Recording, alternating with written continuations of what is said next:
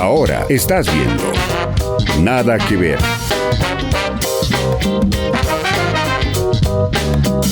Entrando a este bloque, tenemos el gran honor de contar con la presencia de Alberto López Cuenca. Él es un destacadísimo académico, investigador de un tema muy particular, que suena aburridísimo y es trascendental. Estamos hablando de propiedad intelectual, acceso a la cultura digital, derechos de autor, muchas cosas más. Alberto, bienvenido. Diego, un placer estar contigo y con la audiencia. Él ha realizado innumerables conferencias en América Latina, en distintos países, en Europa, hasta en Turquía. Él es español, pero radica en Puebla hace mucho. Y bueno, hoy vamos a entrar a tratar de descifrar un poquitito de este tema que a nosotros nos toca muy de cerca por cosas que ya vamos a comentar.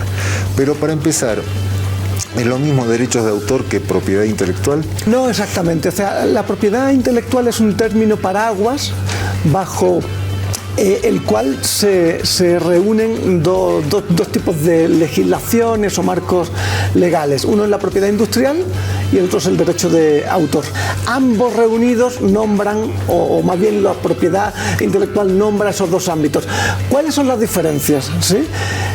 Por una parte, que la propiedad industrial está destinada a proteger mediante patentes creaciones tecnológicas o científicas, ¿sí? También las marcas. La cosa se hace un poco más polémica y confusa porque como seguramente utilice software, resulta que los software se pueden proteger por derechos de autor y ahí empieza el problema porque y es la gran diferencia entre la propiedad industrial y el derecho de autor, que el derecho de autor tiene una vigencia de hasta 50 años después de la muerte del autor en el caso de Bolivia y 100 años después de la muerte del autor o la autora en el caso de México. ¿Por qué surgen las patentes y por qué surge la propiedad industrial? Por las exposiciones universales, es decir, llevaban maquinaria, ¿no?, a la exposición universal de Londres o de París y lo que ocurría es que si no estaban protegidas podían ser apropiadas localmente. Se las copiaban. Claro, entonces urgen que se inventen las patentes. Y esto quiero que quede muy claro de entrada, es decir, tanto el derecho de autor como las patentes responden a una economía capitalista, es decir, y a la capitalización económica, pues cuestiones realmente paradójicas, podríamos decir, de entrada, porque gran parte de las investigaciones académicas se realizan con fondos públicos, o sea, si estamos hablando dejando probablemente fuera Estados Unidos, que sí tiene universidades privadas, lo que les permite hacer investigación, y con dinero público también, pero en nuestro caso, en América Latina, las principales instituciones son públicas, y ahí hay algo paradójico, porque claro, esas investigaciones con fondos públicos son financiadas con dinero de todos y de todas, pero son validadas porque circulan en publicaciones del norte global que son privativas. Es decir, paradójicamente, para que nuestros propios investigadores o nuestras propias universidades accedan a las investigaciones, tienen que volver a pagar para acceder a ellas, ¿no? Hay un detalle que me quedé pensando ya la otra vez. ¿Qué pasa a esas investigaciones que han tomado un tiempo y un dinero importante ser desarrolladas? Fueron desarrolladas, como bien decía, por universidades públicas, investigadores también que responden al sistema público, y al ser publicadas ahí en el norte, donde además hay que pagar para acceder a verlas, cuando las entran a ver los investigadores o científicos del norte, ellos las pueden tomar y usarlas de base para sus nuevos desarrollos también. Y claro, por supuesto.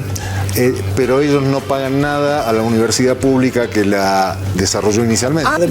Claro, depende de qué estemos hablando ahí. Yo estaba pensando en general en conocimiento, o sea, investigaciones de sociología o trabajos de campo o en antropología. Cosas más teóricas. Sí, claro, tú creo que estabas pensando como en desarrollos tecnológicos, ¿no? Pero la manera en la que respecto al conocimiento académico hemos estado respondiendo de América Latina ha sido favoreciendo el libre acceso, es decir, haciendo que esas publicaciones circulen en realidad sin restricciones, ¿sí? Lo que algunos llaman copyleft, que es más bien una actitud en lugar de copyright, que es una actitud respecto a la convicción de que el conocimiento producido con fondos públicos debe circular abiertamente. Que eso produce de nuevo una nueva situación de fricción, porque claro, hay tal cantidad de artículos, son muchísimas las publicaciones muy, digamos, sancionadas por pares, reconocidas, que publican en acceso acceso abierto. Pero el problema es lo que los sociólogos llaman capacidad de absorción. ¿Quién puede actuar, quién puede absorber ese conocimiento y traducirlo en becas, más investigación, desarrollos tecnológicos? Me temo que en general no somos los países latinoamericanos. En general, liberar contenido, muchas veces lo que estamos haciendo es, de nuevo, favoreciendo la capacidad de absorción del norte global. Una cuestión de defensa de la propiedad intelectual termina minando la difusión, en este caso del cine, de un país.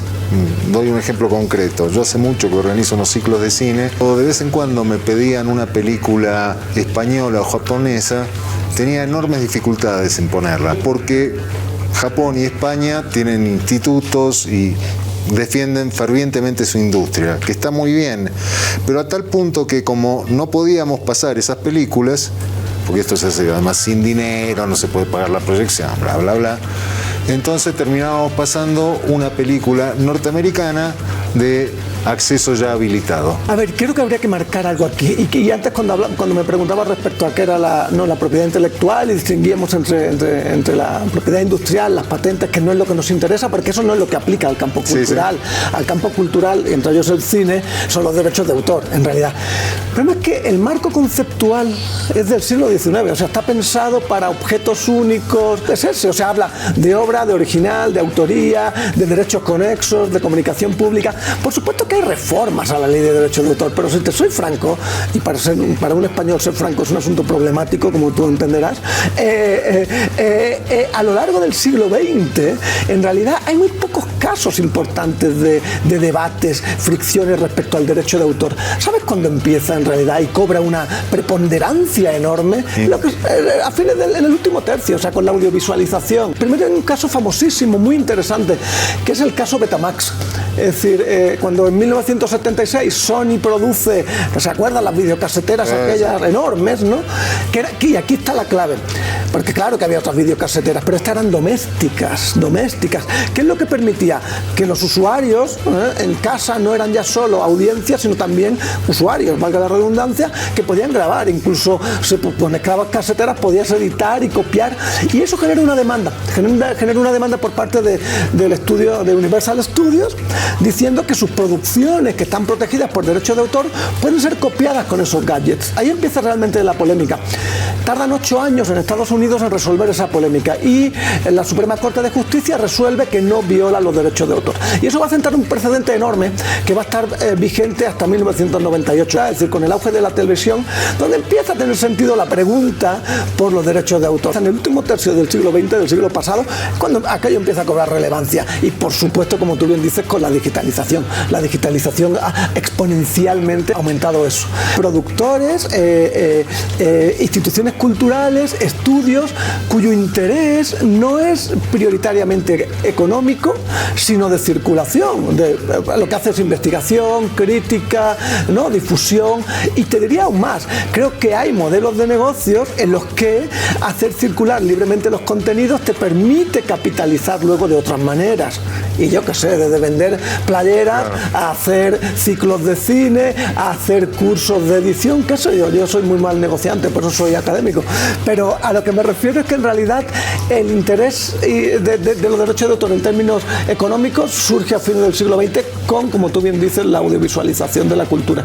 Hay otro ejemplo bastante reciente, de hace unos años, donde alguien estaba reclamando la titularidad de derechos de la famosísima canción de cumpleaños feliz, que parece que son de alguien esos derechos. ¿Tiene sentido? Plantea algo que es muy interesante, que es algo que la ley de derechos de autor, que es una ley, lo voy a decir así, capitalista y liberal, es decir, pone en el centro el beneficio económico y pone como detentador de los derechos a un individuo. Esto es crucial. Hay casos, y eso la ley de derechos de autor no lo contempla y es sumamente problemático en el contexto actual, tanto por la digitalización como por posiciones políticas de abierta promoción y difusión de la cultura, que imaginamos que tienen otras funciones aparte de la económica, que es el dominio público. El dominio público es el lugar al que van las creaciones en Bolivia después de 50 años de la muerte del autor, ¿sí? O en México después de 100 años de la muerte del autor, van al dominio público. ¿Qué es? un lugar en el que todas las obras pertenecen ya a todos y todas. Se pueden hacer derivados, copias, reimpresiones, reinterpretaciones.